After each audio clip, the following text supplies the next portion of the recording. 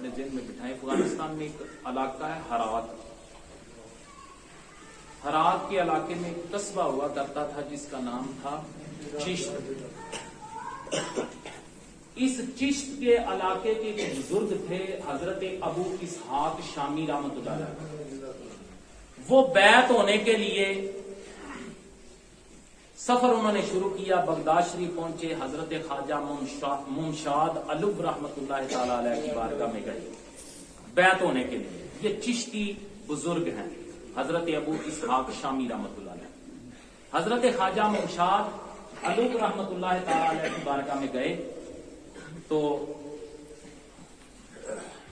جب بیعت کر لیا خواجہ صاحب نے تو آپ نے پوچھا بھائی اپنا نام بتاؤ اور بتاؤ کہاں سے آئے ہو. آپ نے بڑی عاجزی سے بتایا حضور عاجز کو ابو اسحاق شامی کہتے ہیں اور میں چشت سے آیا ہوں. خواجہ ممشاد علب رحمۃ اللہ علیہ نے فرمایا آج کے بعد ہم تمہیں چشتی کہیں گے اور قیامت تک جو تمہارے سلسلے میں آئے گا وہ چشتی کہلائے گا.